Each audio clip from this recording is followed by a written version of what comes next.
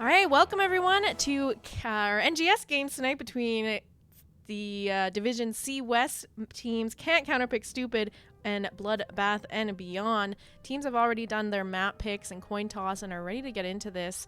So let's give them a quick rundown of where we're going tonight. I feel like I'm stuttering over my word. You know, I've just been gone a week and I forgot how to do this casting thing. But let's take a look at these map selections here before we get into the game. So we did have Bloodbath and Beyond win that coin toss, and they're opting to go with first pick in game number 1 here. In terms of map bans coming out, Can't Counterpick Stupid banning away Braxis, Holdout, and Tomb of the Spider Queen. On the side of Bloodbath and Beyond, they're going to be taking away Cursed Hollow and Alterac Pass tonight. And that map pick going over to Can't Counterpick Stupid, bringing us to Infernal Shrines for game number 1. I love Infernal Shrines. I think it's a really great map to start out a series on. It's nothing too crazy going on. It's just a good, like, standard map, you know? What are your thoughts? Yeah, it's a really well-rounded map, and noticing that the bans from the side of Bloodbath and Beyond are all really large maps, like Cursed and Alterac Pass, and then with CCS picking Infernal Shrines, which is a medium-sized map, but still on the larger size. Looks like that they already know what's going to be going down with CC. What should I call them? What do we call them? CCP? CCS? CCS. Yeah. Their names are so long. CCS and 3B? I don't know. CCS and BBB. CCS for sure. I know they have like a whole org, and so all of their CCS teams are like CCS Team 1, Team 2, Team 3, Team 4, and they're all... Oh, yeah. Okay, I remember that. We played in one of their tourneys. Yes. All right, we're just waiting for those readies. It looks like Can't Counterpick Stupid ready to get into this game number 1. So we're just waiting on the ready from Bloodbath and Beyond. But everyone's in the lobby, so it should just be a moment here. What do you think, Gare? Are we going to see anything specific that you can think of coming out onto these maps? So we're definitely going to see either a Jazzalene pickup or a Jazzalene ban. He's extremely strong on point control on these maps. Even if he doesn't have time to set up, doesn't even matter. He can just go in and kind of dominate the team fight regardless. There we go. Oh, we're starting up. And I hope to see a Sonya. I'm always such a fan of Sonyas on this map. Yeah, I love Sonya on this map. She's such good sustain at the objective with the skeletal defenders to heal off with her whirlwind. Not to mention, I think she's just been holding her own pretty well in lane against some kind of dominant solo laners that we're seeing. Diva. For sure. Diva's definitely falling down the OP ladder and is a lot more manageable after the previous patch that we had. Oh, but we're still seeing first ban come out on her. Interesting. I was expecting to see some Jazzalene bans, but I mean, there's still 3 more bans to come out here, so we might still see that yet. Oh, for sure. And we never know. Both sides might have a Jazzalene player, so both sides might either want to keep it up or just trying to ban it from the other one. Or, you know, maybe play into it. Maybe they have a plan to deal with something as strong as the Jazzalene on this map.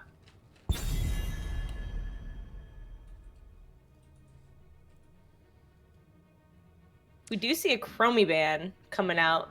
Again, really, really awesome point control, able to throw all of her damage out when people are trying to come into the point. And we do see a Mei ban coming out on the side of BBB. I think something to keep in mind, too, is we're getting into the later part of the season for NGS, so there is potential for a lot more target bans coming out at this point. If there is no evidence that Bloodbath and Beyond plays Jazzalene, you can count on Can't Counterpick Stupid to not ban it. For sure. And we don't have a ban off of the Jazzalene. We do have a ban on the Kael'thas. Now, at this point, there's just so many games. Oh! All right. So maybe Can't Counterpick Stupid didn't know, or they didn't care. That's the other thing. I might think they don't care. I'm excited to see how they're going to deal with this Jazzalene. Dax is saying in chat that Punk Rock Pirate is a Chromie one-trick, carried himself to Masters with it. Wow, that's definitely a target ban, and she's excellent on this map, so good on CCS for getting the research done.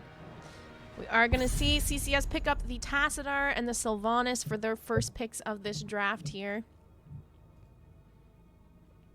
I think these are fun. It's just, it doesn't give away too much of the what you're going to expect now off the tank. I know Valkymer plays a wide pool of tanks here, so I don't know that they're necessarily worried about tank choke.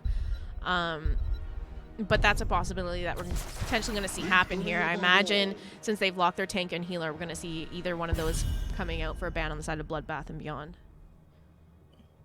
Absolutely. Going to try to choke out some sort of role because we do see that those two main DPS slots have been taken up. So now they can kind of focus in on the best tanks that can't counterpick stupid does play, and they can focus on trying to get rid of those tanks. Or getting rid of one of the tanks by banning it here. Or if you ban. Yeah, these are definitely for sure like target bans.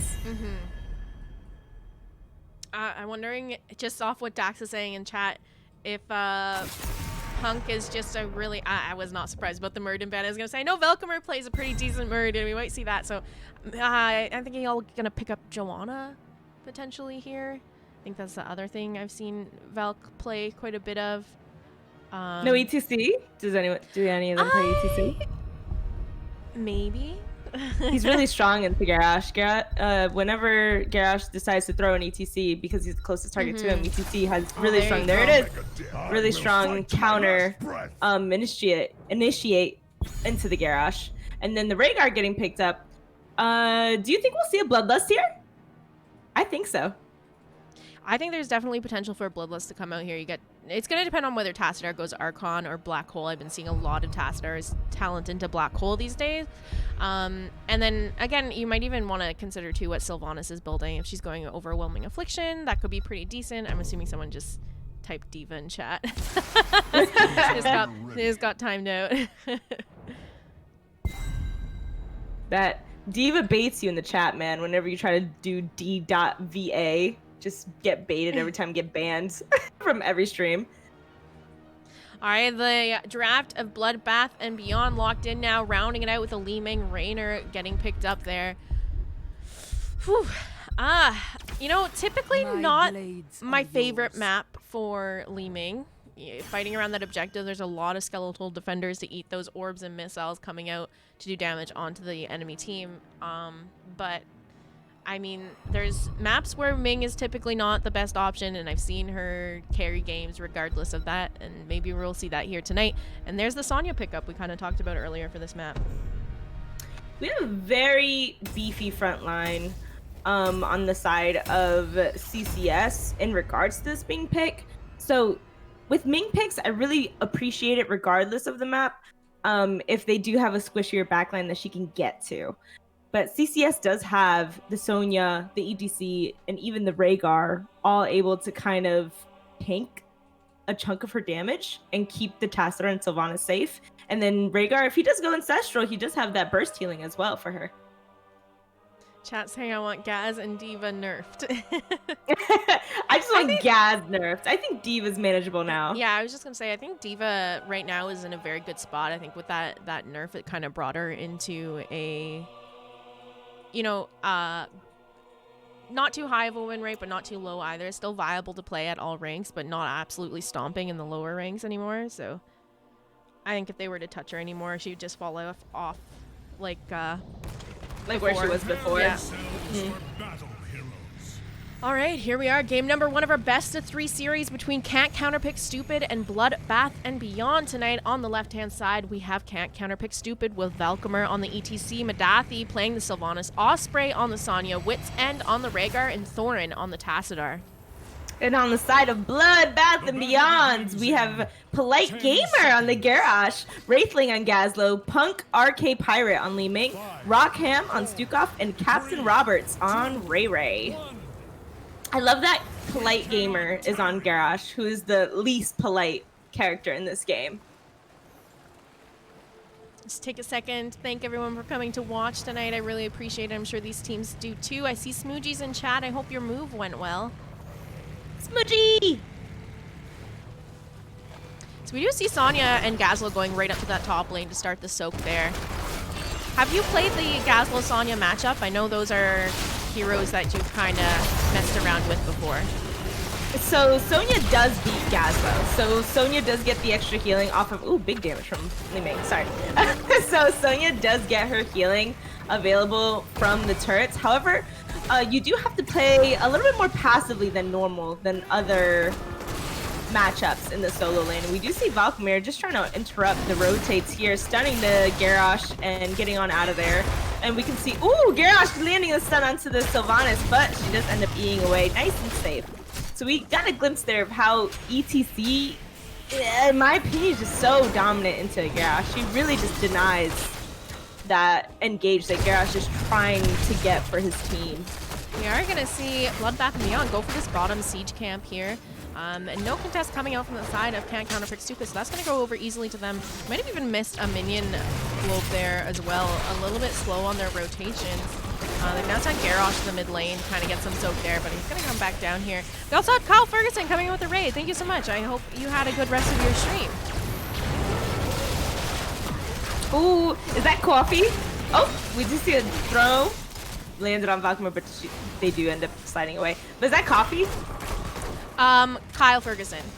Kyle Ferguson. But oh, okay. Coffee I think was, you said coffee. No. But Coffee was playing with him because they're practicing for their new team that they have. Oh, exciting. Valkyrie getting tossed in, but he's going to be able to power slide out of there. No issues. And once again, there's that ETC Garrosh matchup you keep talking about here. It's a little bit of a chase down going on for him, but ultimately able to survive here. Sonya on that bruiser camp in the top lane, getting that done here. And we do, I like the timing of this because there's about 40 seconds now for the next objective to come up. She's going to go and catch that soak, though. She doesn't want to miss those XP globes. But I imagine she's going to finish off that camp before objective spawns in here. And Gazlo doing the same, getting his objective here. Sonya just pushing in the lane a little bit before she goes and finishes off that camp. And we do see Wit's End a little out of there, but Valkyrie are able to peel just fine for him, and they do try to do the counter engage onto Polite Gamer. Wit's End going in for that little extra damage, and they are going to end up backing out. We do see a tap on Wit's End, so he won't have that. Their healer won't have their tap for this objective, which is very, very important when it comes to Infernal Shrines, is those tap timers. Does look like CCS is going to make a play for that siege camp while Bloodbath and Beyond start this first objective. Sonya still hasn't finished out that bruiser camp, and now look at that pressure coming in from Gazlo. Has already pushed up the minion wave and the camp onto the front wall of that top fort. I also like the Garrosh's positioning here. He's really kind of like stepping into the side of Can't Counterpick Stupid and looking for something to toss into his team here. We've seen him kind of warding the bushes on their side of the map a couple times this game. We do see ETC positioning himself, trying to allow his team to get as many of those little minions that they can to try to get this objective. But Polite Gamer landing a stun on 2 members of CCS, and he does end up throwing ETC into the enemy team. ETC throwing his W to push them away. Osprey just going in, applying that pressure so that way they don't focus in onto the ETC. But we do have this Stukov zone silence. Oh, if he kept... See, Stukov is so strong on these point control maps. Right there, they weren't able to enter in at all without risking being silenced the entire time. And because of that, they were able to secure the objective for Bloodbath and Beyond. But check this out. Look at this pressure in the other lanes from the Sonya. I mean, they got that camp mid, so that's pushing, and she had that bruiser camp cleared up and pushed top, so they need to kind of back off and deal with their other lanes instead of, 4-man running it down with this Punisher right now. So this Punisher getting pretty well cleared up. All you're going to really see them not even get a tower down here off this bottom wall, and now they're making a play for this bottom camp potentially. Or maybe not. Sonya really taking advantage of the map, like realizing that first objective isn't that important, but looks like Polite Gamer's coming in, trying to see if they can get that gank on the Sonya, but she's gonna walk on out of there on her mount with Wraithling pushing down this top wave. Ooh. Okay, she doesn't get stunned. That got spooky, spooky for that Sonya. We do see a fight coming down here on bottom with Rhaegar getting tossed into the wall and does end up falling down.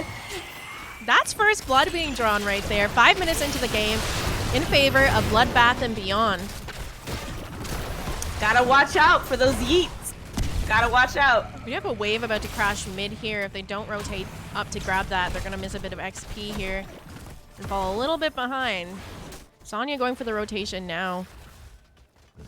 They're gonna manage to get those XP globes. We do have the siege camp up on the side of Bloodbath and Beyond right now. They could make a play for that. But Li Ming having to pop her Gladiator's medallion there to avoid getting stunned by the ETC and able to escape death. Does look like they're going to make a play for this. Yeah, and invade. They saw that Li Ming had very low mana. She did have to tap, but we do have Stukov getting stunned by the Valkymer and getting shot down by Tassadar and Sylvanas, with Li Ming just trying to put in some poke. Play Gamer able to throw Tassadar into the walls, ending up getting a 1-for-1 kill. Oh, fantastic counter pick by the side of Bloodbath and Beyond, and Bloodbath and Beyond are able to cap their Siege Giants. So Bloodbath and Beyond ended up walking away with the victory of that fight. We're gonna meet Li Ming down here trying to get those orbs and stuff onto the Sylvanas. Got her quite chunked here, but not able to finish her off. Rhaegar ran to heal her up. Level 10's now online for the side of Bloodbath and Beyond. Garrosh going and trying to find that fight while they have that level advantage and going for the camp invade as well, but level 10s are now online for the side of Counterpick Stupid.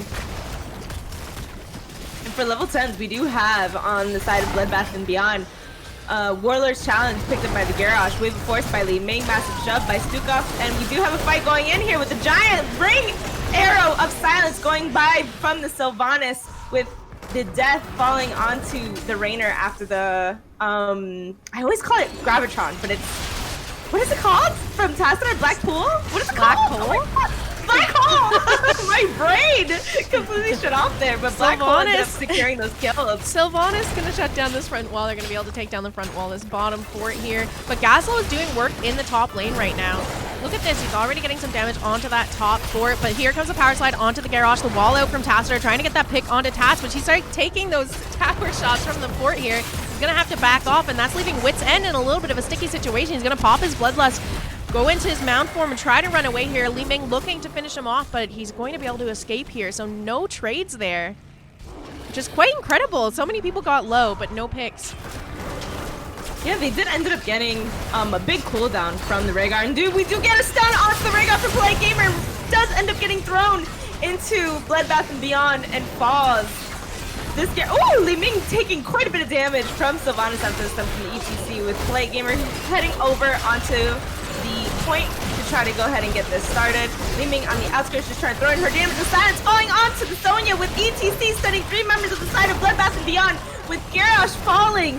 But Bloodbath and Beyond, even though this is 4v5, they are not done. They're trying to go in for more kills. They do end up getting the Sylvanas with the resets from Li Ming. Ended up getting the Sonya. Almost gets the Tassadar, but does push him away. Oh, fantastic fights from both sides. Ooh. I mean, can Counterpick Stupid? I feel like they're being just a little bit greedy here, trying to take that fight after losing a member right away early in the engage. They didn't have their healer, right? We saw the healer go down before even objective was started, and then they continued to engage in a 4v5 down their healer. So I just think like this is the way it was going to play out. They maybe should have backed up, just got ready for the defense, looked to grab value elsewhere on the map. There's a camp up in the bottom lane. They had their bruiser camp up in the top lane, or even tried to create some time to defend objective instead of just inting into Bloodbath and Beyond. We are going to see this Punisher siege down the mid, and this time it's going to be 3 members sticking around to push this down. The rest of the members look like they're going to grab Soak elsewhere on the map and continue to widen that XP lead on the side of Bloodbath and Beyond. Definitely playing this very smart on the side of Bloodbath and Beyond. They are going to go ahead and gank this Sonya. She does pop her medallions, but it's not enough to keep her alive. She does end up falling to the Li Ming, with Bloodbath and Beyond looking to push in this top fort. We do see the ping onto the top fort, so let's see if they're going to end up going for it. Maybe invading on the Bruisers. Kind of split decisions going on here, but they are going to end up doing both, with Can't Counterpick Stupid picking up the Siege Giants on the side of Bloodbath and Beyond. Yeah, I think they recognize there that they're not going to be able to defend that necessarily into a 5v4. The 4 is already pretty low, so they're going to opt to grab what camps they can that are up on the map, give over their Bruiser camp, try to get some pressure in their other lanes, and then look to clear out top. Definitely need to see if we can get some more map control on the side of Bloodbath and Beyond, because even though they're winning these objectives, we do see heavy lane pressure both bottom and even in top whenever the objectives are up from the side of Can't Counterpick Stupid. So even though they're losing these objectives, they're not as punishing as they could be. if Bloodbath and Beyond were able to get their lanes under control a little bit better.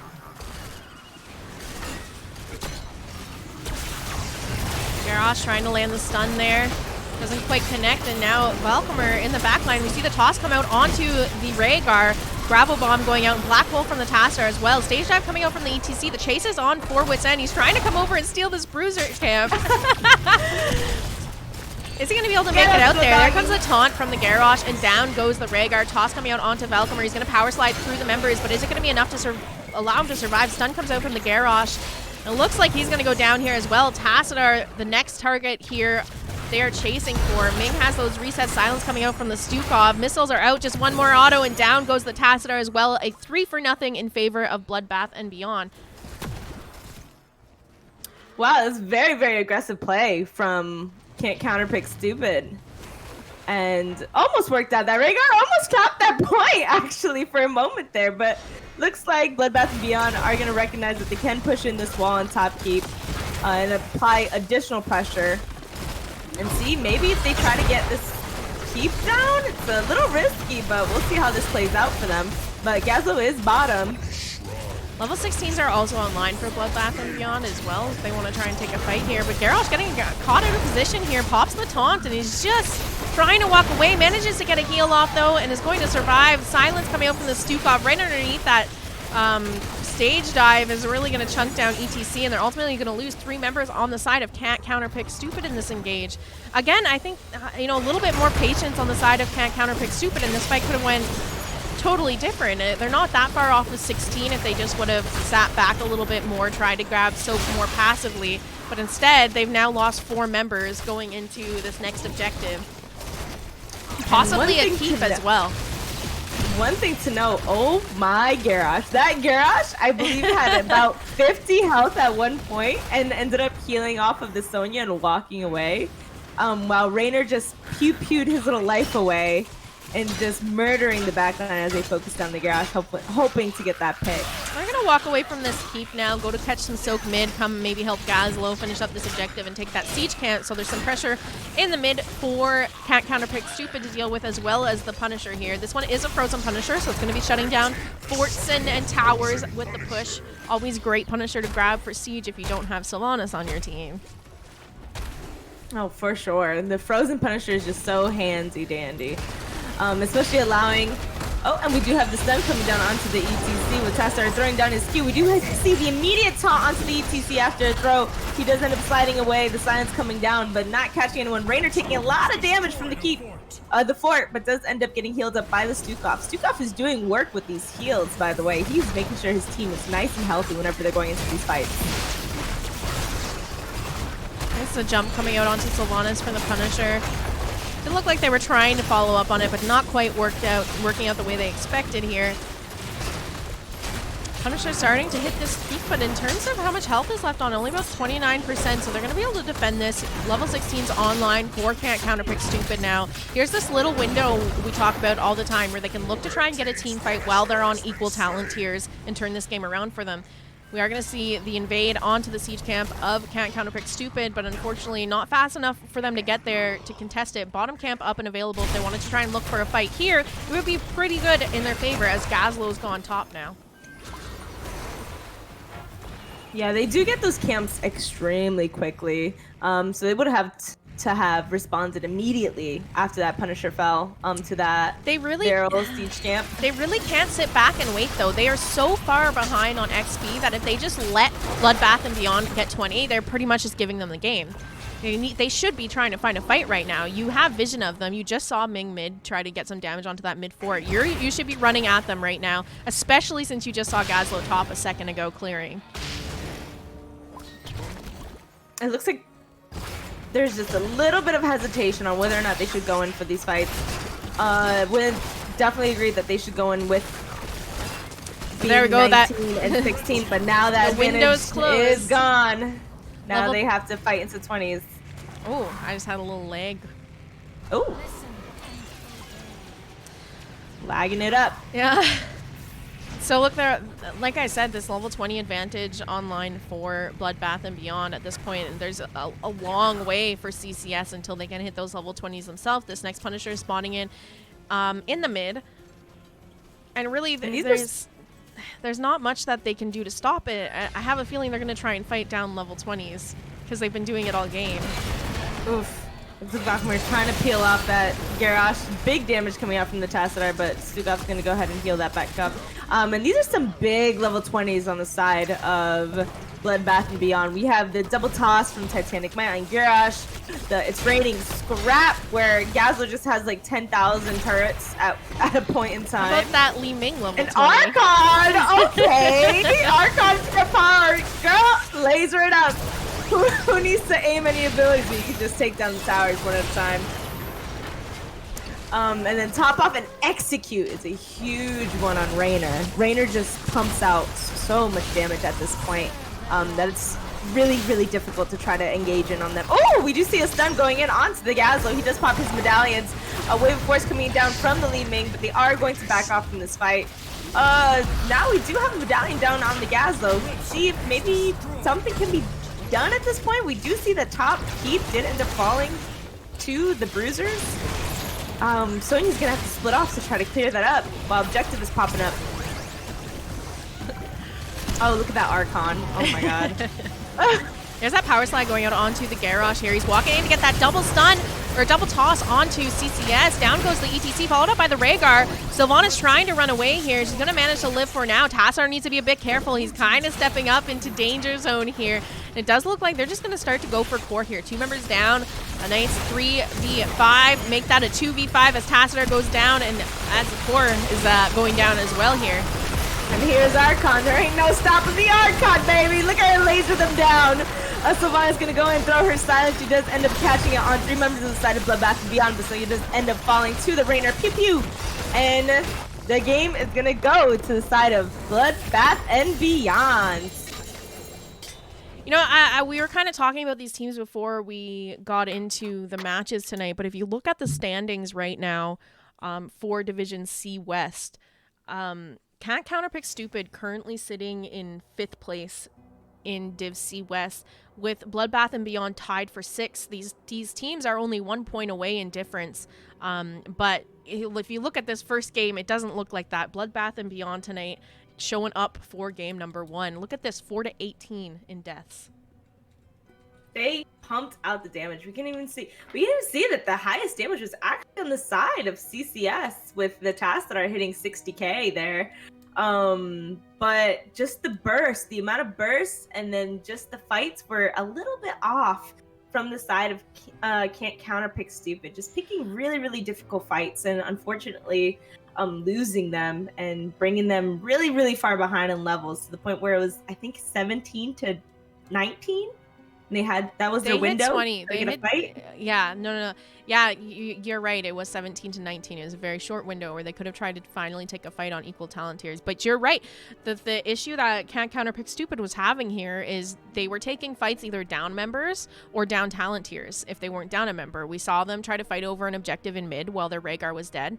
And then right after that, the next team fight we saw, they were taking it 15-16 on talent tiers. So I think if they just have a little bit more patience, get those talent tiers, wait for those members to come back up, and then go for those engages, we can see a totally different game. Because I think they have the skill. I mean, if you look at the standings, you know, these teams are supposedly pretty even on points for this season. So this should be a pretty even matchup. Just the way that they were executing their engages were a little questionable in game number 1. Yeah, they are, according to the numbers, like they're so close in matchup right now. And then that Gazlo providing a lot of pressure. We can see the Gazlo had 19,000 XP soaked versus the Sonya 14k XP soaked. So Gazlo, go ahead. Oh no, go finish your Gazlo thought before I ask my question. So just Gazlo was offlaning a lot more often than Sonya was. I felt like Sonya was in the fights or in between lanes, rotating or trying to get a camp a little bit later than the Gazlo while the Gazlo was pushing. Where Gazlo made more logical macro choices versus the Sonya. Where the Sonya had to go get a kill if that was the case. If she was going to be gone out of lane, you got to get a kill, girl. What do you think of the ETC picking up stage dive in that match? I kind of felt like there was a couple opportunities where if he had moshed, the Garrosh was throwing him into like literally 4-man moshes some of the time. But interesting. I see his thought process though. You have the Stukov silence, you have Li Ming wave, you have Gazlo stun, you have Rainer Q, you have 4 members of the team who are difficult to get into mosh in the first place. And probably we wouldn't see Garrosh throwing him so often if he did pick up mosh. We wouldn't see Garrosh just yeeting the ETC into his backline.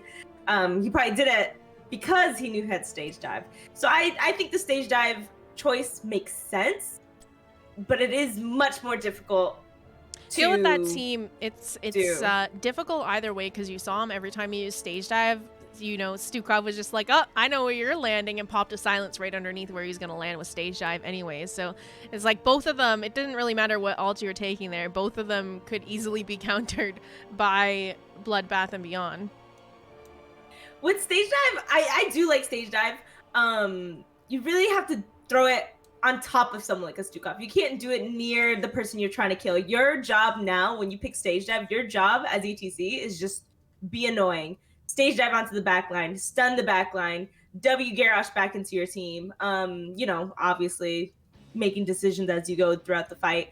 The stage dives were used when he was very low in health already and used a lot as an escape, which you want to use them as an engage. So I can see how it was kind of an imbalance there. Maybe not too familiar with stage dive, which is perfectly reasonable as well. It's also hard to try and find those stage dives to use as an engage when you're playing from behind. Like it's almost impossible. You're down, there's talent tiers and down people.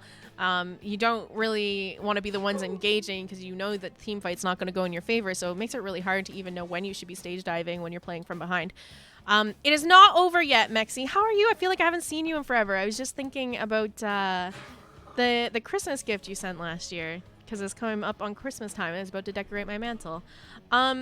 We do have a game number 2 here ready to go. The lobby is set up. We are going to Volskaya Foundry. I'll pop over to our map selections here, give you guys a rundown of how we got where we are and where we're going tonight. Game number 1, played on Infernal Shrines, picked by Can't Counterpick Stupid, but the win going over to Bloodbath and Beyond.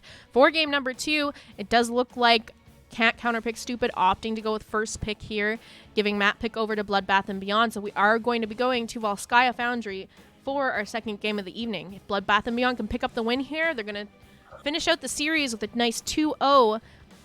If not, we'll be going to game 3, which I'm kind of hoping for.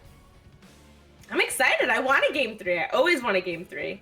So Jazzalene and Salva, let me know when. We are ready. Right? We're ready, Jazzalene. We're ready.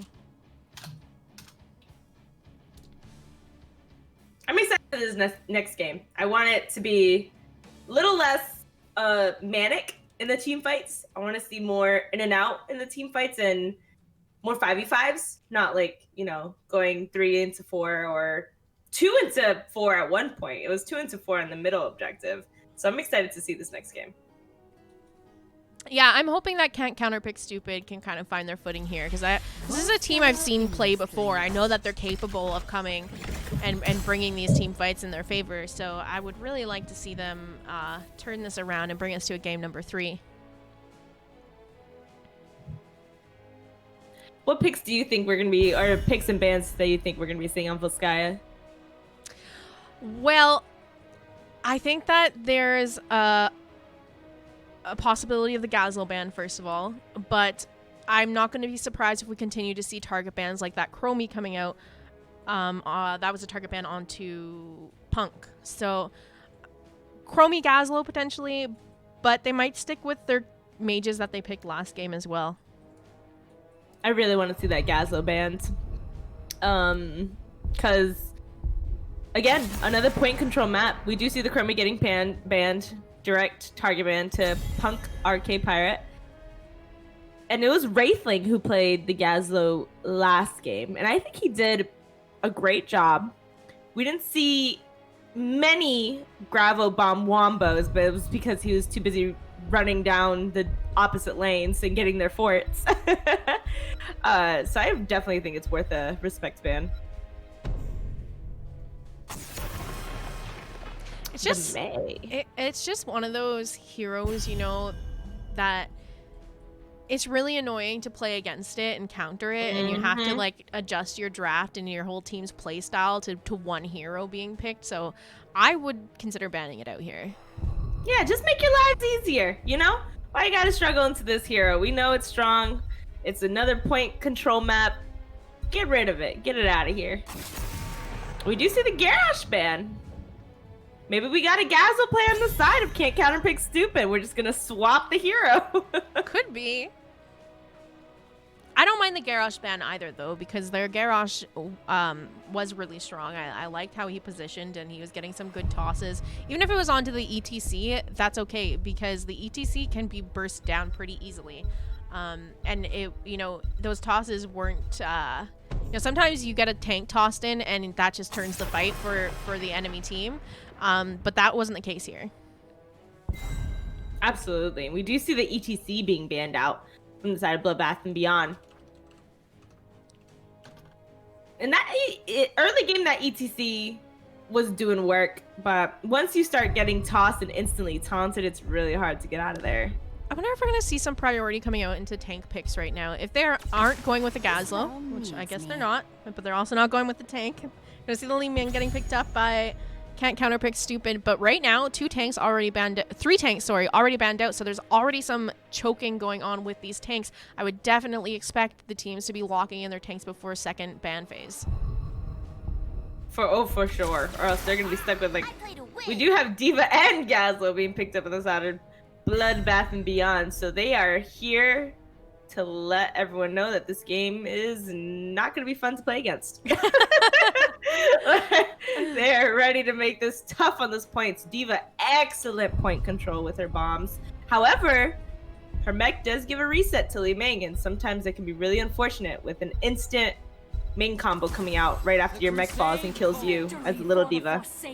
All right, I like this. I really think that they needed to lock their tank here so that we don't see some more choke happening on the tanks here. And now they can also ban out a tank from Bloodbath and Beyond. We already see the ETC, May, Garrosh, and Joanna gone. So those are basically like the meta tanks. You're now kind of looking at some lower tier tanks to pick up here.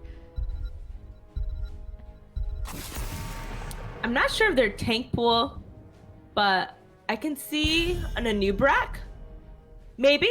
Sylvanas kind of shreds down Anubrak, so that's kind of the scary part there. Well, here's the other thing, too, is Ming Disintegrate just absolutely busts people out of cocoons as well. Yeah, you would have to go the other ult in that situation. Or cocoon the Ming, but I mean, it depends what they pick up for the rest of their team, too. They don't necessarily have other things that can... Or Imperius. I mean, Imperius is still an extremely strong hero. We do see Murden getting picked up on the side of Bloodbath and Beyond, and that really strong Stukov. Really kudos to the Stukov last game. He did an excellent job placing his silences and making sure that CCS had a hard time coming into the objective and healing up his team at the same time. You know, there's a little bit more of an awkward draft coming out from Bloodbath and Beyond, though, because last game they had Gazlo, Li Ming, Raynor. This time their kill potential is a little lacking. I mean, whatever they pick up last year is going to have to hard carry because they essentially kind of picked 2 offlaners. I mean, Gazlo, I guess, can do big grab bong combos and they can get picks off that, but in terms of like a sustained fight, it's a little awkward, I think. For sure. I'm thinking Gazlo may be in the solo lane against Imperius. Orphea, we've seen Orphea's banned. Yeah, there she is. Strong mage player, that punk pirate. I love when I guess right. Makes me feel like I should open a fortune telling booth, you know? You'll always be right. Oh my gosh, you'll make bank.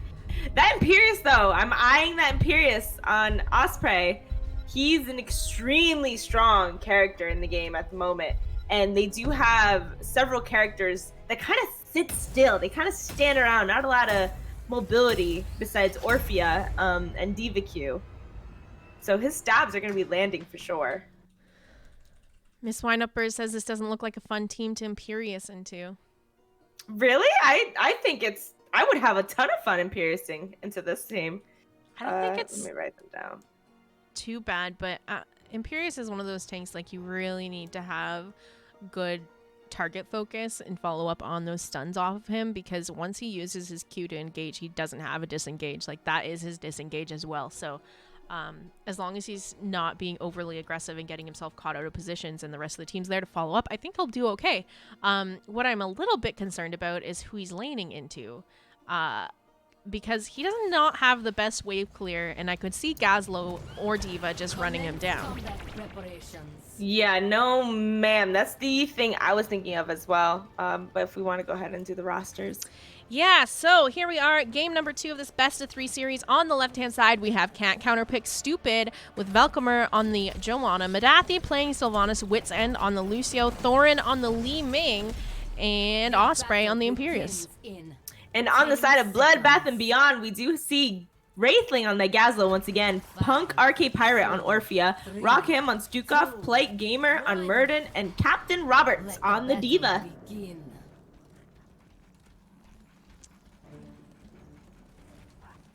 Chat making some good points. They do have a lot of point control on the side of Bloodbath and Beyond with a Stukov, a D.Va, a Gazlo. Even, you know, once you get Eternal Feast thrown in there from the Orphea, if she talents into that, that's a really good zoning tool as well. Witsen stepping forward there, a little stun coming out onto him, but he's going to be able to back up. And it looks like it's going to be Imperius Gazlo in the bottom lane matchup. Oh, we do see a stun already coming up on Imperius, but man, oh man, is this a miserable lane. I have been here, Osprey, but it looks like he is putting in some stabby stab work onto the Gazlo, but just end up getting pushed back and getting some big damage from those turrets. A comment to make, Wits End is one of the most aggressive healers I have ever seen. I am in love with it, but sometimes you can get you into some big trouble. We do have those camps spawning in now, so you might see some teams making a play for their turret camp in just a moment here. I usually prefer to go for the turret first, and then you can try and force the biotic if the other team is slow on the uptake taking their turret. Even if you end up having to place your turret down to win the biotic, you're still going to the first objective, up an item, but also you get up XP as well. Yeah, we do see that Imperius did have to back from the bottom lane. He got chunked super hard. He only had about 200 health, leaving that that bottom lane from the Gazlo. So we are seeing a struggle happening just a little bit. We do see the turret being picked up on the side of Bloodbath and Beyond, and CCS. I thought they were going to walk away and leave it there. I know, I saw that for a second. I was like, oh.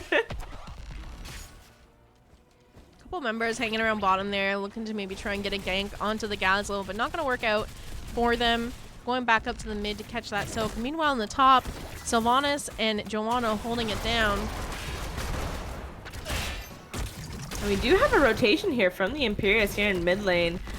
He will be coming down just in time to catch this wave to be able to not miss out on soak. Both sides very, very even in the XP, but we do see Valkymer up just a little far ahead, just gets silenced and does end up walking just away. So they're kind of just poking each other down. Not a lot of crazy kill potential from either side.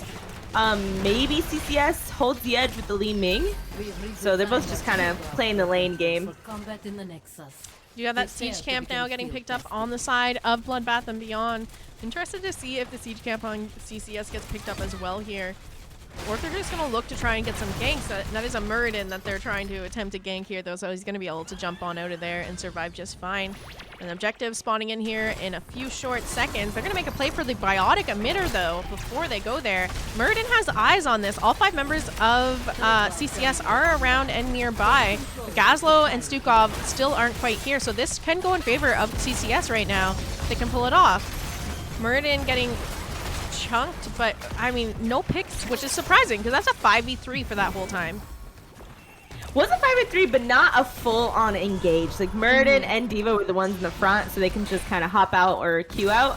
And Gazlo was bottom for that entire engage, so they decided just not to go in and just poke it around. But we do see some damage going on to Punk RK Pirate and Captain Roberts. Captain Roberts does have his bomb ready to go for this objective. See, this is another just be patient moment for CCS. They're going to hit level 7s first. Get that level 7, clear up top, and then go for the engage back in mid. You're up 2 items, you're going to be up a talent tier, that's when you go for it. But instead, they're kind of dancing around here, being a little bit impatient, taking a lot of damage before that happens. They did manage to get the D.Va out of the mech. She stepped too far up underneath the towers here, so they have that going for them. But they're going to need to engage soon here before level 7s hopefully get online for the side of Bloodbath and Beyond. Yeah, they may want to engage now with that D.Va mech down. It's such a valuable tool for them. And we do see the stab coming out, does end up missing the Yasuo. Orphea throwing out her E, ends up getting pushed back.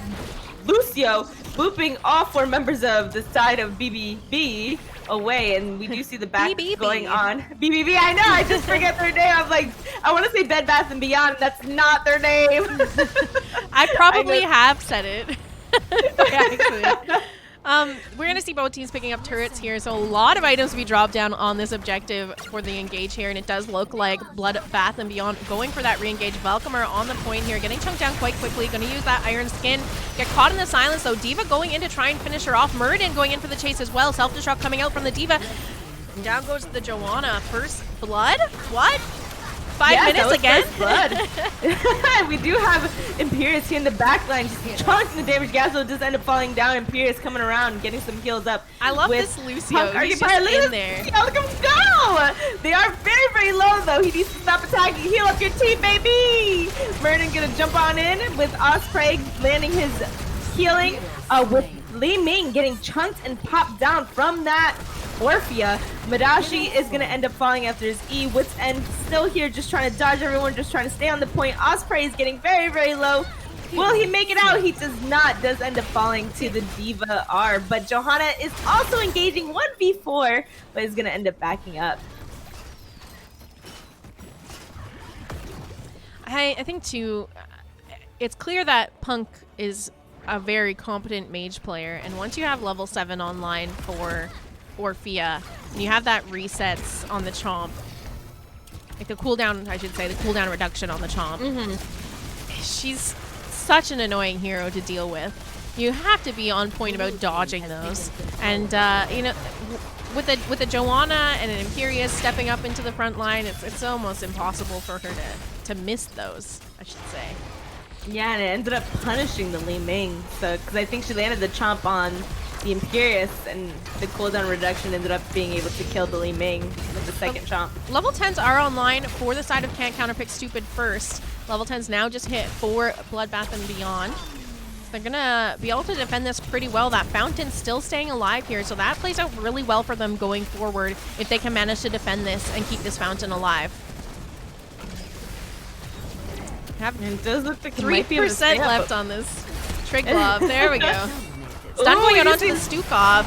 Here comes a Wailing, or the Banshees from the Sylvanas. Wailing Arrow out as well, but the counter engage is there. They get that pick onto Orphea, but are they going to get a counter pick onto the Li Ming? She does get stunned by the Muradin, but the chase is on. Look how low everyone on the side of Bloodbath and Beyond is getting. We do see the mech explosion coming out from D.Va now. That's going to connect onto the Imperius. But in terms of this team fight, it looks like that's it, and it's going to be a 1-0 in favor of Can't Counterpick Stupid, and they're going to make a play for this Biotic Emitter now. That Ming did an excellent job. Nope, looks like they're just walking on by it. They're going straight for the turret. Yeah, they want to go in for that invade. They know they're up one person. So Orphea's back up. She has her ult up in 10 seconds here. The Chomp cooldown is happening. Osprey in the backline trying to get the pick on Stukov, chasing him down here. He's going to pop the heal. And there's just an all-out fight over this point of who's going to get this turret. Here comes that Eternal Feast up, and it's going to be dropped on the objective here. And that's the point, going over to the side of Bloodbath and Beyond. Can Wits End get out of here? The Stukov push is actually going to save him for the moment, but D.Va coming in, trying to get the pick onto him. And he just gets knocked off by those micro missiles. And now the chase on for the Li Ming, a 1-0. Blessed Shield coming out to peel for the Ming. The orb not quite connecting onto the Stukov, and now they're making a play for Can't Counterpick Stupid's turret. Oh man, it's exactly how you said it before, just a tiny bit more patience, or just realizing that they have so much zone control with the D.Va and the Orphea ult and the Gazlo turrets and the Stukov silence. Maybe it's not the best idea to go for an invade when Orphea is going to be up so soon. Look at terms of XP though, both these teams pretty even. It does look like Bloodbath and Beyond going for that Biotic Emitter. now. I do think that they should have just stuck with going with the biotic emitter. They had leashed it and started the camp out, and Lucio and Ming were on that, and they would have had time to grab that before Orphea was back up, but instead, you know, they started that and then rotated down to the camp. And we're going to see that Eternal Feast coming out from the Orphea again. Grab Bomb also coming out from the Gazelle, but no picks to find out. That big stun coming out from the Imperious. It does look like Stukov getting in a bit of trouble here. The silence coming out from Sylvanas. Rackham trying to escape here, just walking away, and he's going to manage to live for the time being. Li Ming just needs one good reset here, and this team fight can go over to the side of CCS, but unfortunately that's not the way it's going. 2 members down now on CCS, a 2-0 in favor of Bloodbath and Beyond. Oh, it started out so good, but that Diva Bomb definitely did a lot of work in that middle of that fight there, with 3 members of CCS getting stuck into that and taking huge damage from the Diva Bomb, trying to get that Diva kill when she was out of her mech. It just didn't end up working out. I mean, the thing about running a Ming is she really feels like a win-more hero. If you're able to get that first pick in a team fight, it kind of snowballs from there. And we kind of saw the Stukov get extremely low to getting picked off, but they didn't find the pick, and then they tried to find it onto Diva, and they're just not getting the finishes that they need, which means Ming's not getting her resets. And they do end up getting the pick down here on the Gaz, though. However, Bloodbath and Beyond do have the objective and are pushing in onto their top fort. They are going to try to go for the fort for 4 play here and just get the bottom fort from Bloodbath and Beyond, but Bloodbath and Beyond are pushing much faster with that siege camp than CCS is down here with Sylvanas. She did use her D on the wall, so she won't have it for this fort. I mean, do keep in mind that this could just be, okay, we're not going to win this objective, but we're going to set ourselves up for a really good position for next objective. If Bloodbath and Beyond don't take this Triglav Protector bottom, that bottom lane is now opened up and in favor of CCS going into the 3rd objective of the game. Absolutely, for sure. If they play their cards right, defend this safely, or it looks like they might want this objective. It looks like even though they have that lane nice and prepped, they do want to go in and grab this objective. We have Johanna go ahead with the engage. Imperious already pretty low. Gravel Bomb does end up going out, not catching any members of the team of CCS. We do have a Li Ming combo going on to the Gazelle, followed up with the arrow from Sylvanas. We do see Gazelle just end up falling with Li Ming pop-offs. I'm ready to go, but Lucio is the one that ends up falling. Li Ming very low with Murden going in, trying to get that final kill onto her. Sylvanas falling down to the pew from Diva, with Murden coming right back over here, trying to finish off the rest of the members of Bloodbath Beyond. Look at Osprey using his Q to get on out of there. The objective does end up going to Bloodbath and Beyond, and we do have 2 members falling from CCS. Yeah, it looked really good for CCS, and then Bloodbath and Beyond able to turn that fight around there and get 2 picks after their Gazelle went down. Kind of works out for them too, because now Gazelle is back at the bottom lane to clean that up and clear up the pressure that CCS has set up here, and they're going to go for a keep here. There's that Eternal Feast and the Mech Explosion coming out from 3B, and that's going to get the pick onto the Lucio. Diva getting stunned though, and then Condemned interrupting the mech, and look at this Orphea. She's gonna pick up. These are the resets we've needed all game. 2 members down on the side of Bloodbath and Beyond. Does look like they're gonna go for this Stukov as well. The shove comes out, but it's not gonna be enough to save him, but they unfortunately lose their keep here. And Murden stuck in a little bit of a sticky situation, trying to find his way out of here. He's gonna leap over, but it doesn't matter. Everybody's sitting there waiting for him. Let's see if they go for the counter keep here. Maybe they go take out bottom keep, but they might just decide to go pick up all the camps and just try and get some pressure that way. They don't have insane. They have Sylvanas though, so like use your yeah, trait while you can, you know. So get some value from her while you can. That pop-off is exactly what they needed, though, for CCS to come on over here and get even more pressure on this bottom lane, preparing even better for the next objective. But they are just going to get the bottom wall. Gazelle coming in for the flank. He does end up just throwing down a turret, throwing out some poke. Are they going to go in for this invade? No. They don't overstay their welcome here. Look at Li Ming's mana. Even if they do manage to get her reset, she's just going to run out and have nothing to do in these team fights. So instead, backing off to take their turret camp here. Diva looking at scouting this out, but she doesn't have her mech explosion up, so a little bit harder to contest this one, and they do manage to pick up their turret here. Keep in mind, look at that top lane. Gazlo, I think it was Gazlo, had capped that siege camp, and that's pushing in top, and they don't have their keep there to defend, so they're going to have to send Imperius to clean it up, and his wave clear. I mean, we've already talked about that. Not the greatest of the bruises, for sure. And that leaves them down a man in these fights as well, and they're really committing to trying to save this fort that's basically dead already. Here's the Eternal Feast coming out from Orphea. Diva getting quite low. The Gravel Bomb coming out from Gazlo, but the Silence connecting onto him. They're just chasing. They just need to find that pick, and the whole side of Bloodbath and Beyond is going to fall with those resets from Ming. 2 members down now. Gazlo go down, followed up by the Muradin. Orphea stuck in the back line, trying to find the pick onto her. Is she going to be able to maybe juke her way out of here, or is Orphea going to be the 3rd member to go down here? And it does look like she's going to fall here as well. 3 members down on the side of Bloodbath and Beyond. Here they can go for that keep play again if they wanted to. That Ming pop-off was so juicy for the longest time. They were so low for so long. I could just feel Li Ming say, get a kill, get a kill. No, and we do see the engage onto the Stukov. He does step up a little too far, and the fort is shut down by Sylvanas, so he does end up falling to the Sylvanas. This is exactly what Counterpick Stupid needs right now. They're going to hit those level 20 first. They're now staggering those deaths. Stukov has a 45-second death timer. The rest of his teammates up in the next few seconds.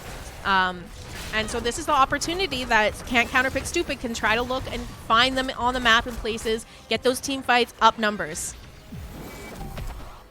This is so exciting. I'm so excited for Counterpick Stupid to go ahead and pick themselves up from this game and really bring it home. We do see the full Calamity build with missiles on 16 from the Li Ming, and we do see Muradin positioning here a little bit aggressively, seeing if maybe they could try to find a pick on a rotate. Even Gazlo hanging out, ready to do a wombo combo. It's really dangerous for them because they don't have their Stukov up yet. Level 20s are now online for CCS. Very spooky, and we do see the objective is bottom. This lane is nice and primed for the side of CCS. They are going to go ahead and continue pushing the front wall of the top fort. I really want to see them engage here. Look how far forward this Gazlo is. They're have level 20s, the turret's up, the siege camp's up. They can catch these players so many places on this map, and it's their team fight to win at this point. Instead, they're going for their own turret. And they do end up, the Gazlo ends up walking away, just hanging out, and they got the top front. The thing is, at this point, there's no need to really push a lane that's not the objective lane. You really just go in and you want to fight. You want to fight so much with the Li Ming pop-off, with the Imperius damage, with the Sylvanas arrow in those level 20s. Oh, I just want them to go and fight! Go, Counterpick Stupid! Unfortunately, Bloodbath and Beyond hits their level 20, so this next fight is going to be on equal talent tiers now. Imperius sitting on that bottom objective, and it kind of looks like Bloodbath and Beyond is maybe kind of throwing around the idea of potentially just backdooring once they jump into the Triglav. And that's totally possible. They do have excellent defense on the side of Counterpick Stupid, however. So they do end up backing off. Bloodbath and Beyond are going to take control of this objective for the moment. And with CCS now coming in, now we're going to have our 2020 fight, and basically this fight decides who wins the game.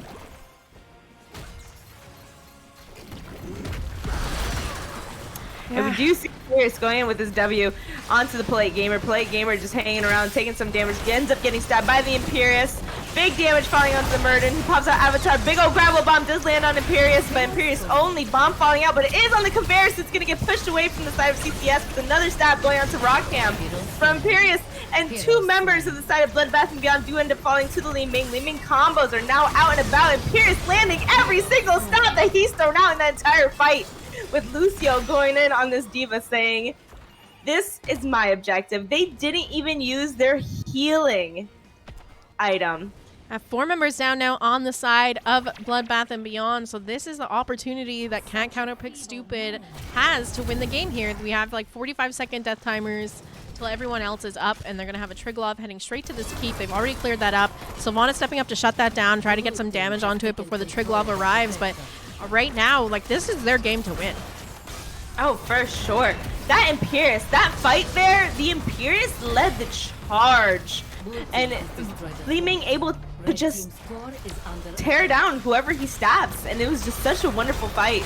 We are going to see the really core call. MVP of there. Core call coming out from Can't Counterpick Stupid. Core is falling quite quickly here. It's down to 60%. Murden going in, trying to land a stun onto the Sylvanas, who Banshees on out of there. And there we go. Game number 2 going over to the side of Can't Counterpick Stupid. Yes! We're going into game 3, baby! Chat saying, forget Li Ming, Imperious is the top killer. Let's take a look at these stats real quick. I'll give us a nicer overlay. That Li Ming going 10-1 that game. Woo-wee! Sylvanas having the top damage by only 300. I still can't help but feel that Can't Counterpick Stupid is not taking advantage of the talent tiers and you know, kills on the enemy team that they could be. You saw them wandering around for so long up level 20 on Bloodbath and Beyond and ultimately doing nothing with it. They let Bloodbath and Beyond get their turret, get their siege camp, clear some waves, and they just sat back and just let them have all of it when they could have easily... I mean, they ultimately won, so that's good. But I think they the game on hard mode. Yeah. That's it. They wanted to make a challenge for themselves, and they ended up doing it and beating it. Yeah, it's just when you play like that, you're kind of giving the enemy team an opportunity to win. You know? For sure. Oh, absolutely. Absolutely. If you're not engaging on when you're up level 20s and all these different camps are up, you're really not taking full advantage of your opportunity here. I just have to commend that Imperious, that last fight. Like, oh my Osprey, you landed every single Q. And it helped a lot that the Diva Bomb ended up on the wrong conveyor belt and getting pushed away from them. But man, oh man, that last fight was really, really pog-worthy. And Li Ming was just able to follow up with whatever he stunned.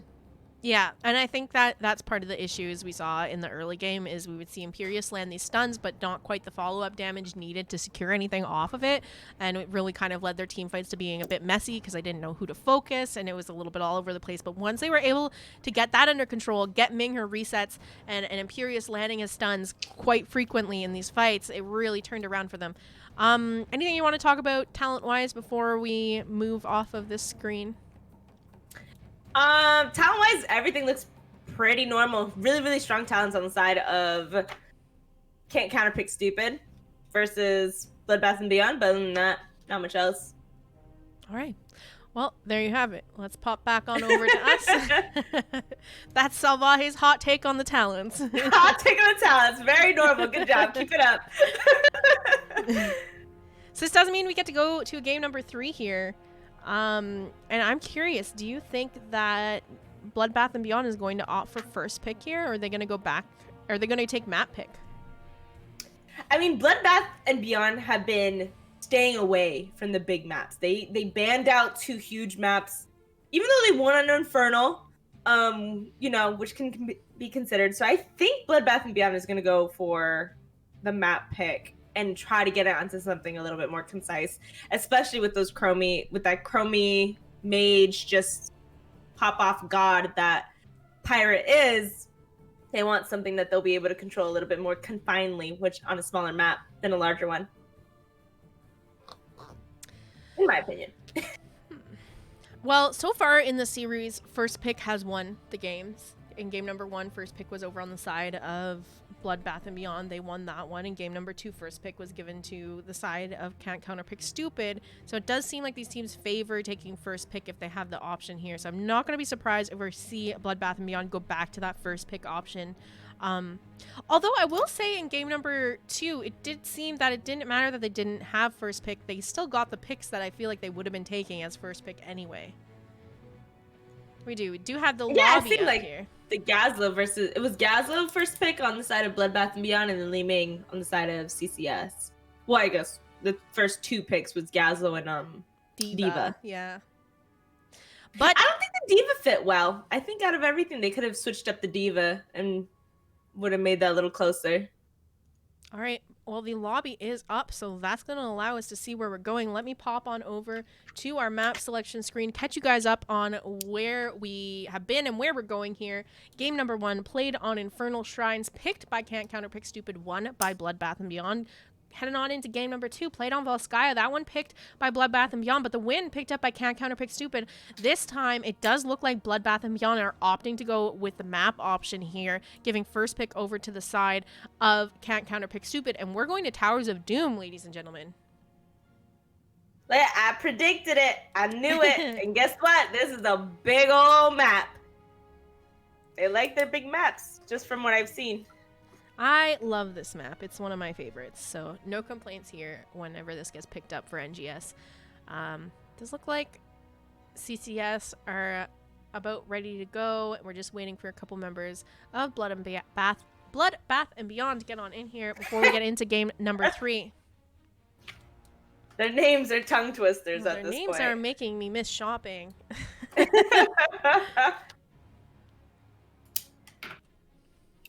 All right, what do you expect going into this game? What kind of target bans, drafts do you picture based off these last 2 games are you expecting here?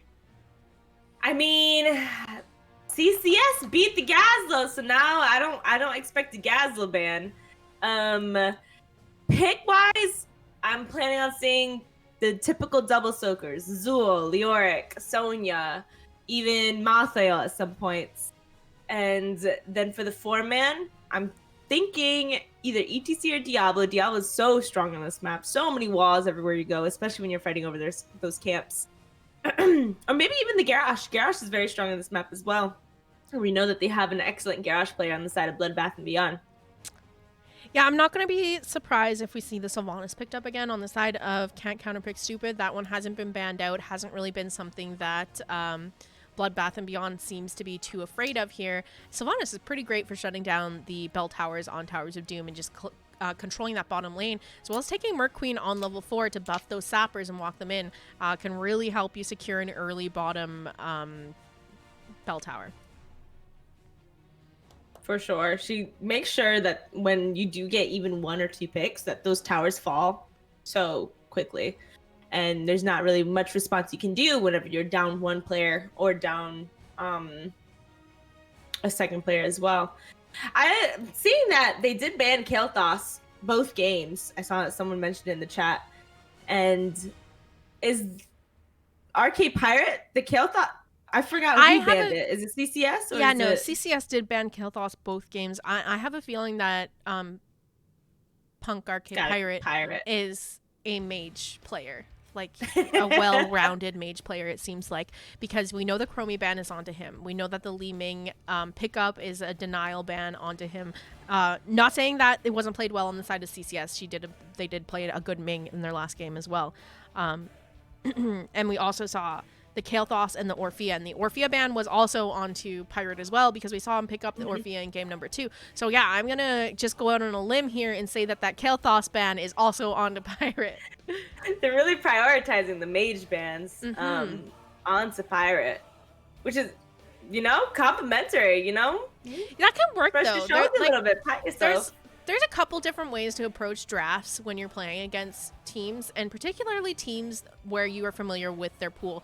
You can take a couple players' strongest picks out, or you can go hardcore onto one player, target ban all of your bans onto that player, and really limit that player's pool and put them on something that is not going to be top tier plays for them. It kind of just depends on what teams play and their pool, and how they adapt, yeah. Because you can try banning as many things as you want, and this person just has every single mage on lock, and you're like, okay, well, can't really do much about that. Yeah, you have to consider, is it worth it to ban 3 mages if he's going to have a 4th mage that he's still going to play just as competently as the first 3?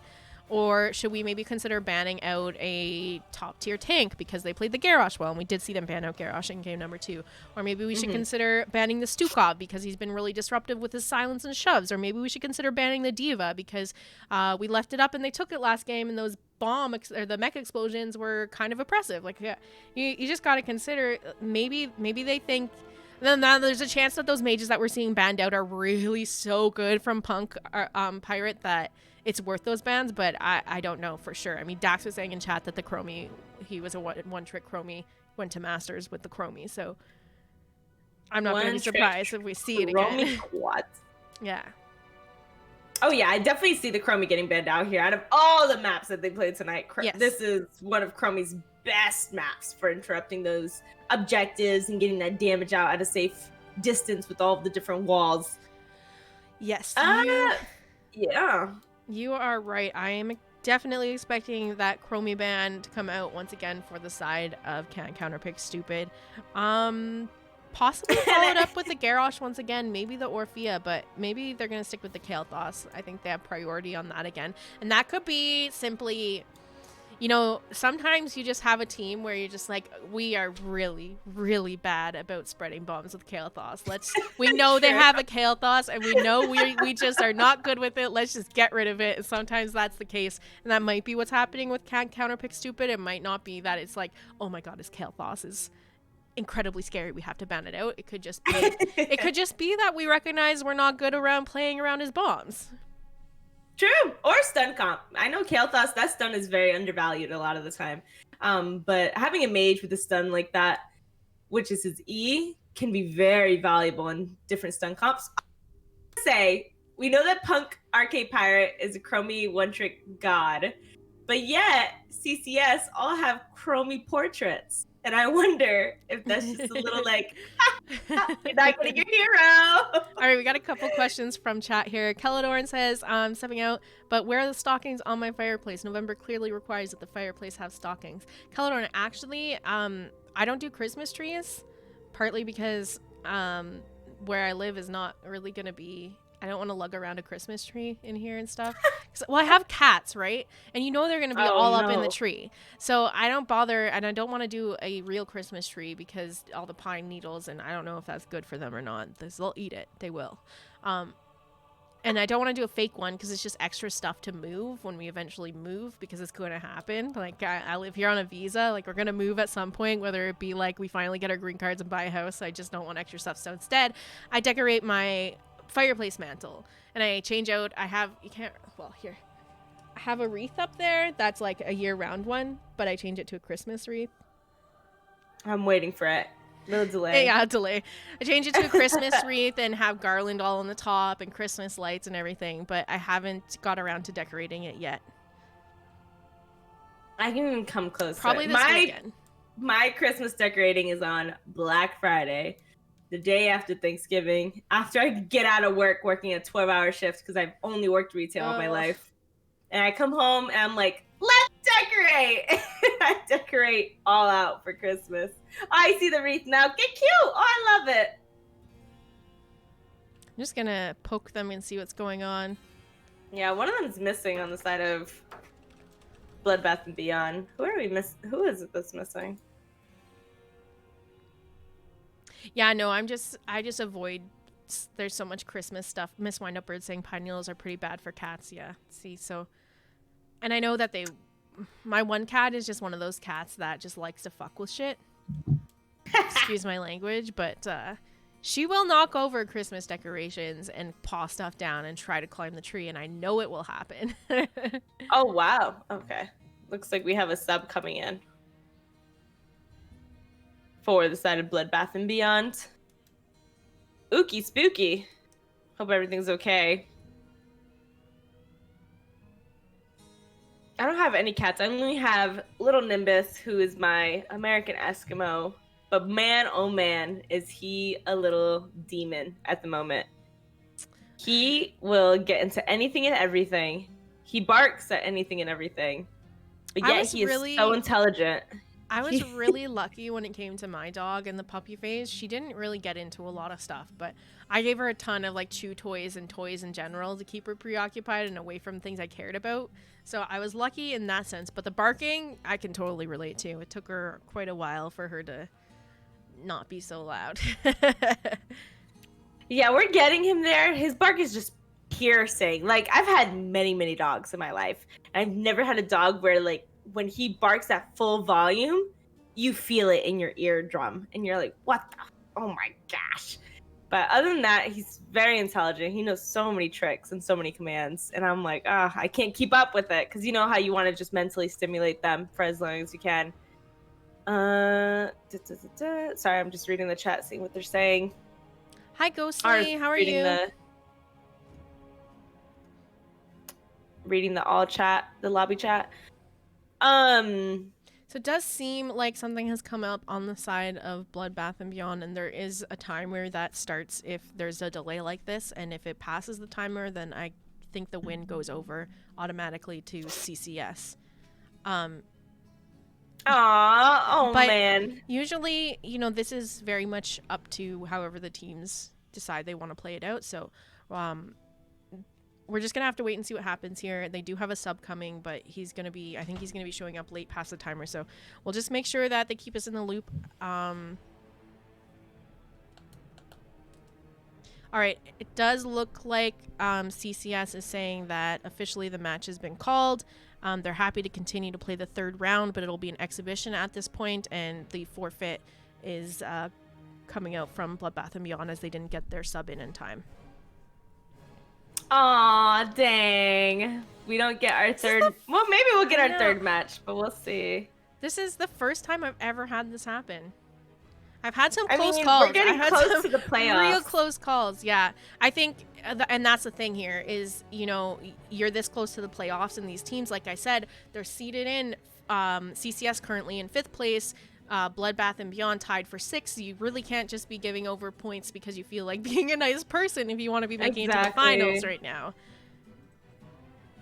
And we'll see. He just got out. Let's see if Valkamir is going to stand on it.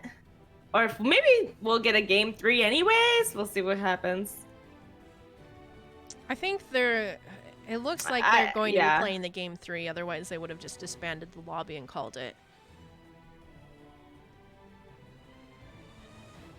But I can completely understand when you're this close to the playoffs, you want that win. You want to make sure you're getting in the playoffs, which is completely reasonable.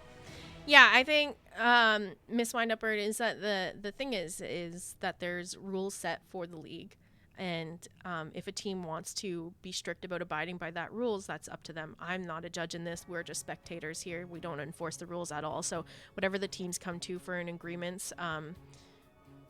But it does look like CCS are going to stick to the rules that have been written by the league here. They're using that 10-minute timer and are taking the win based off the forfeit for not having a team ready to play. As unfortunate as it is for Bloodbath and Beyond. And at the same time, the substitutes should be on standby, ready to go, just in case something like this does happen. Just per rules, you want to make sure you dot all your I's, cross all your T's, and make sure your sub is ready to go just in case an emergency does happen like this. Now, I have seen teams be lenient, but that's totally up to the teams. If they want to stick strict to the rules and say, no, we're taking the win, like, that's totally within their rights. It's in the rules, right? Especially this late in the game. Yeah, that's the thing is we're going into playoffs next week, I believe. So at this point, you want every point you can get to get you into the playoffs. So,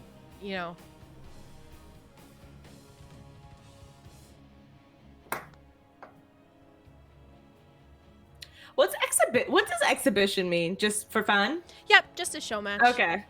Yep. But okay, looks like we are emptying the lobby. All right. Well, that's a little unfortunate. Unfortunate, but at this point, it gets competitive, and you gotta make sure all your I's are dotted and all your T's are crossed. Stuff happens, but at the same time, I mean, it's the rules. There's rules there for a reason. There's rules there to abide by. And that's totally just the way it is. So this series is. Yeah, this series is gonna go over to the side of can't counterpick stupid here. Unfortunately, Bloodbath and Beyond they ended up losing a player there for the last game and couldn't get a sub in fast enough. But yeah, that's just gonna be it. I apologize that we don't have a third game for you guys to watch. GG's to CCS, I guess. I don't Yeah, know. GG's I've never had this GG's happen. I don't really know how to end this off now. It's a little disappointing all around. I'm sure Yeah, both but teams wanted to GG's play that. Counterpick stupid. They do end up going into the playoffs, I'm pretty sure. So Yeah, I don't really congrats to know. them. I don't know 100% what the cutoff is for placements on what teams get to go and which ones don't. So I don't know for sure, but I do know that like at this point, you know, you're into this season, you're not gonna sit around and just give points away because you feel like being a nice person. I don't blame them. If you want to stick to the rules, that's totally up to you. You don't want to be wasting everyone's time. Let's see here. I wasn't even ready to end right now, so let me just let me take a look on Twitch, see who's streaming. In the meantime, Salvaje, tell people where they can find you. Hey, so my name is Salvaje. As Jazzy has said, you can find me at twitch.tv/Salvaje Gaming, and I stream every day, Monday through Saturday, from 9:30 p.m. to 12:30 a.m. Eastern Standard Time, with Saturdays being my community games where I play Phasmophobia, Among Us, etc. And on Twitter, you can find me at Salvaje Gaming as well. How are you liking Phasmophobia? Are you going to continue to play that now that Halloween's gone? Yes, I will continue to play that as long as there's people playing it, because it is so much fun to watch me play. I've noticed that everyone loves watching me play. I enjoy playing the game. I do have like a heart attack every 30 seconds, but you know what? It is what it is. It's so much fun. All right, in terms of what's going on with me these next few days here, tomorrow I will be casting Bronze 6 versus Uwu, which is another hot matchup because they are both, you know, neck and neck in Div B West. So it is going to be a real good matchup. If you guys want to catch that, that's going to be at 8 p.m. Pacific tomorrow evening on my channel. I'll be casting that with Dax. And then on Thursday, I'm going to be doing a double header, and we're actually going to be casting Dax's game. And I'm going to be casting that with Slexia. So we're kind of doing a little swippy swap. That's not the right words, but let me just see here. It does look like I'm trying to just make sure there's not any NGS casted games going on, but at this point it's usually the 8 p.m. ones are usually the last ones of the night. So I'm going to send you guys on over to Tiger JK. He's playing some ARAMs, QMs with viewers if you guys want to try and get in with that. But GG's to CCS tonight. And I'll catch you guys tomorrow. GG's. Night, Jazzy. Good night, guys.